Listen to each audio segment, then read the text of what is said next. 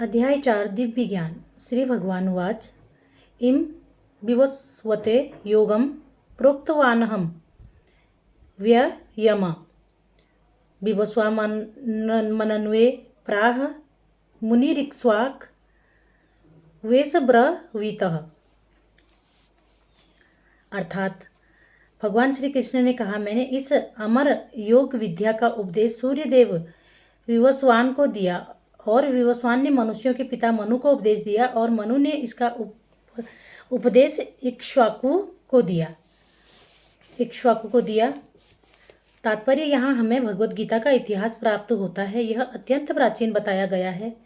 जब इसे सूर्यलोक इत्यादि संपूर्ण लोकों के राजा को प्रदान किया गया था। समस्त लोकों के राजा विशेष रूप से निवासियों की रक्षा के निमित्त होते हैं। अतः राजन्य वर्ग को भगवत गीता की विद्या को समझना चाहिए, जिससे वे नागरिकों प्रजा पर शासन कर सके और उन्हें कामरूपी भवबंधन से बचा सके। मानव जीवन का उद्देश्य भगवान के साथ अपने शाश्वत संबंध के आध्यात्मिक ज्ञान का विकास है और सारे राज्यों तथा समस्त लोकों के शासनाध्यक्ष को चाहिए कि शिक्षा, संस्कृति तथा भक्ति द्वारा नागरिकों को यह पाठ पढ़ाएं।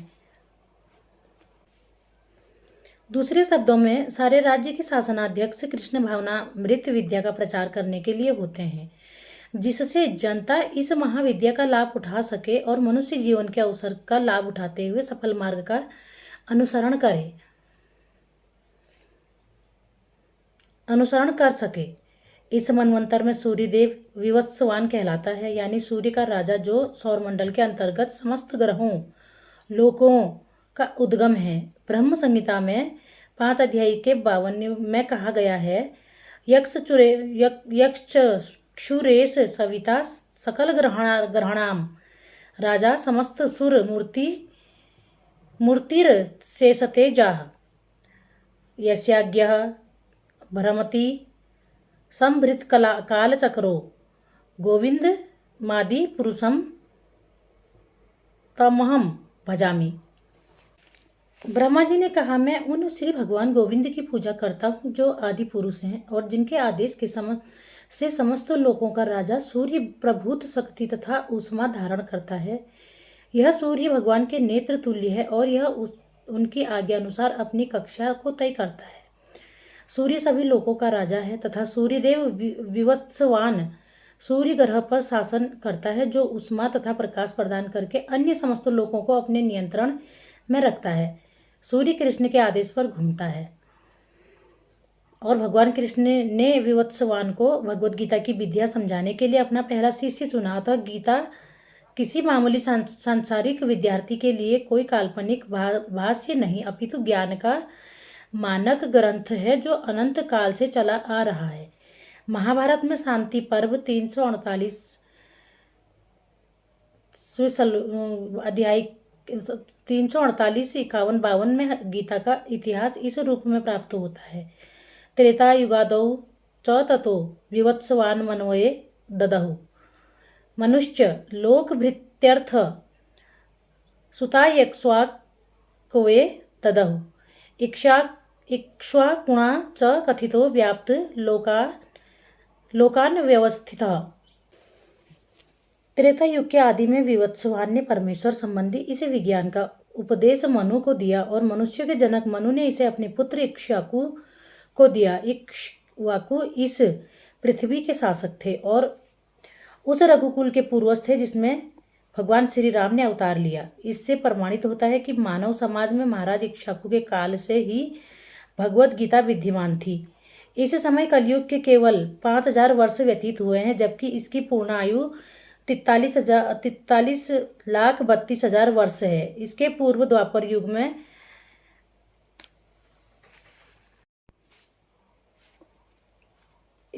द्वापर युग 8 लाख वर्ष का था और इसके भी पूर्व त्रेता युग 12 लाख वर्ष का था। इस प्रकार लगभग 20,05,000 वर्ष पूर्व मनु ने अपने शिष्य तथा पूर्व इक्ष्वाकु से, जो इस पृथ्वी के राजा थे, श्रीमद् भगवत गीता कही। वर्तमान मनु की आयु लगभग 30,53,000 वर्ष अनुमानित की जाती है, जिससे 12,04,000 वर्ष बीत चुके हैं। यह मानते हुए कि मनु के जन्म के पूर्व भगवान ने अपने शिष्य सूर्यदेव विवत्सवान को गीता सुनाई, मोटा अनुमान यह है कि गीता कम से कम 12,04,000 वर्ष पहले कही गई और मानव समाज में यह 20 लाख वर्षों से विद्यमान रही। इसे भगवान ने लगभग 5,000 वर्ष पूर्व अर्जुन से पुनः कहा। गीता के अनुसारी तथा उसके वक्ता भगवान कृष्ण के कथन के अनुसार यह गीता के इतिहास का मोटा अनुमान है। सूर्यदेव विवत्सवान को इसलिए गीता सुनाई गई क्योंकि वह क्षत्रिय थे और उन समस्त क्षत्रियों के जनक हैं जो सूर्यवंशी हैं। चूंकि भगवत गीता वेदों के ही समान है क्योंकि इसे श्री भगवान ने कहा था, अतः यह ज्ञान और अपौरुषेय है। चूंकि वैदिक आदेशों को यथारूप में बिना किसी मानवीय विवेचना के स्वीकार किया जाता है, फलतः गीता को भी किसी सांसारिक विवेचना के बिना स्वीकार किया जाना चाहिए। सांसारी तार्किक जन अपनी अपनी विधि से गीता के विषय में चिंतन कर सकते हैं, किंतु यह यथारूप भगवत गीता नहीं है, अतः भगवत गीता को गुरु परंपरा से यथारूप में ग्रहण करना चाहिए। यहाँ पर यह वर्णन हुआ है कि भगवान ने इसे सूर्यदेव से कहा, सूर्यदेव ने अपने पुत्र मनु से और मनु ने अपने पुत्र इक्ष्वाकु से कहा। एवं परंपरा प्राप्तिमं राजर्षयो विदुः सकाले नेह महता योगो नष्टः परंतप। अर्थात इस प्रकार यह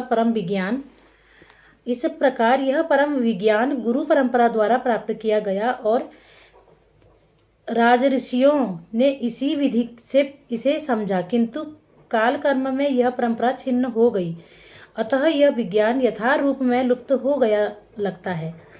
तात्पर्य यहाँ स्पष्ट कहा गया है कि गीता विशेष रूप से राजऋषियों के लिए थी क्योंकि वे इसका उपयोग प्रजा के ऊपर शासन करने में करते थे। निश्चय ही भगवत गीता कभी भी आसुरी पुरुषों के लिए नहीं थी, इससे किसी को भी इसका लाभ न मिलता और जो अपनी अपनी सनक के अनुसार विभिन्न प्रकार की विवेचना करते हैं, अथवा जैसे ही असाधु भाष्यकारों के निहित स्वार्थों से गीता का मूल उद्देश्य उच्छिन्न हुआ, वैसे ही पुनः गुरु परंपरा स्थापित करने की आवश्यकता प्रतीत हुई।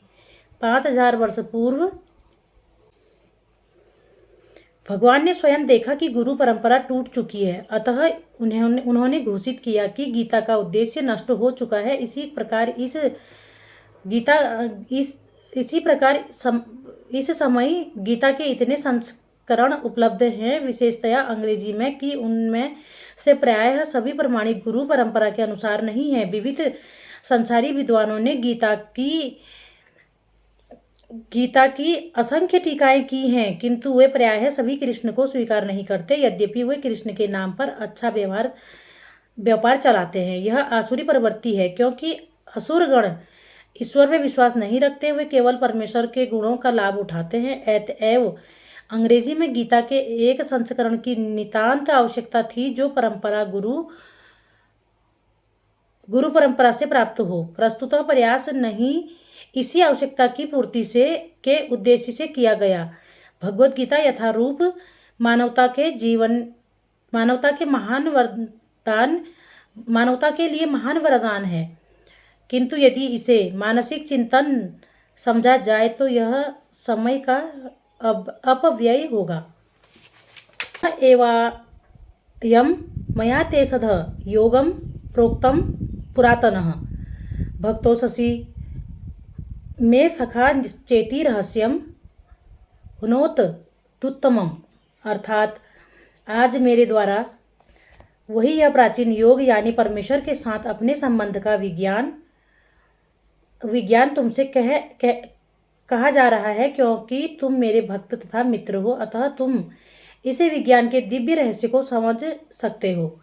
तात्पर्य मनुष्यों की 2 श्रेणियां हैं, भक्त तथा असुर। भगवान ने अर्जुन को इस विद्या का पात्र इसलिए चुना क्योंकि वह उनका भक्त था, किंतु असुर के लिए यह परम गुरहा विद्या को समझ पाना संभव नहीं है। इस परम ज्ञान ग्रंथ के अनेक संस्करण उपलब्ध हैं। इनमें से कुछ भक्तों की टीकाएं हैं और कुछ असुरों की। जो टीकाएं भक्तों द्वारा की गई हैं वे वास्तविक हैं, किंतु जो असुरों द्वारा की गई हैं वे व्यर्थ हैं।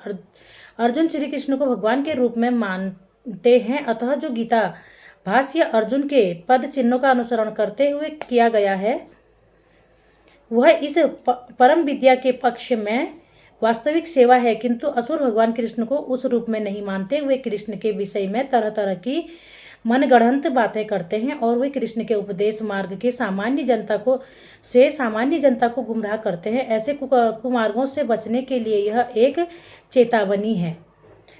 मनुष्य को चाहिए कि अर्जुन की परंपरा का अनुसरण करे और श्रीमद् भगवद गीता के इस परम विज्ञान से लाभान्वित हो। अर्जुन उवाचः अपरं भवतो जन्म परम जन्म विवत्सवतः कथमेत द्विजानियां त्वमादौ प्रोक्तवानित। अर्थात अर्जुन ने कहा, सूर्य देव विवत्सवान आपसे पहले हो चुके ज्येष्ठ हैं, तो फिर मैं कैसे समझूं कि प्रारंभ में आपने उन्हें इस विद्या का उपदेश दिया था। तात्पर्य, जब अर्जुन भगवान का माना हुआ भक्त हैं तो फिर उसे कृष्ण के वचनों पर विश्वास क्यों नहीं हो रहा था।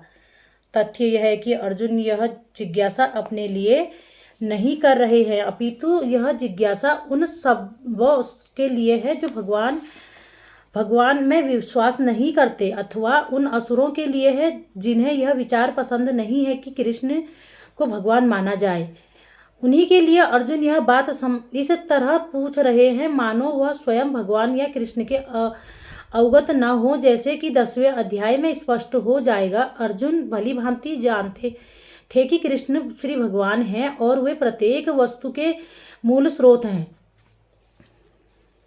तथा ब्रह्मा की चरम सीमा है। निसंदेह कृष्ण इस पृथ्वी पर देवकी के पुत्र रूप में भी अवतीर्ण हुए। सामान्य व्यक्ति के लिए यह समझ पाना अत्यंत कठिन है कि कृष्ण किस प्रकार उसी शाश्वत आदि पुरुष श्री भगवान के रूप में बने रहे। अतः इस बात को स्पष्ट करने के लिए ही अर्जुन ने कृष्ण से यह प्रश्न पूछा, जिससे वे ही प्रामाणिक रूप में बताए। कृष्ण परम प्रमाण हैं।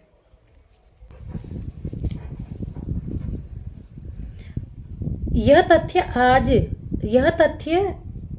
आज ही नहीं अनंत काल से सारे विश्व द्वारा स्वीकार किया जाता रहा है। केवल असुर ही इसे अस्वीकार करते रहे हैं। जो भी हो, चूंकि कृष्ण सर्वस्वीकृत परम प्रमाण हैं, अतः अर्जुन उन्हीं से प्रश्न करते हैं जिससे कृष्ण स्वयं बताएं और असुर तथा उनके अनुयायी जिस भांति अपने लिए तोड़ मरोड़ करके उसे प्रस्तुत करते रहे हैं उनसे बचा जा सके। यह प्रत्येक व्यक्ति के लिए आवश्यक है कि अपने कल्याण के लिए वह कृष्ण विद्या को जाने। अतः जब कृष्ण स्वयं अपने विषयों में बोल रहे हैं तो यह सारे विश्व के लिए शुभ है।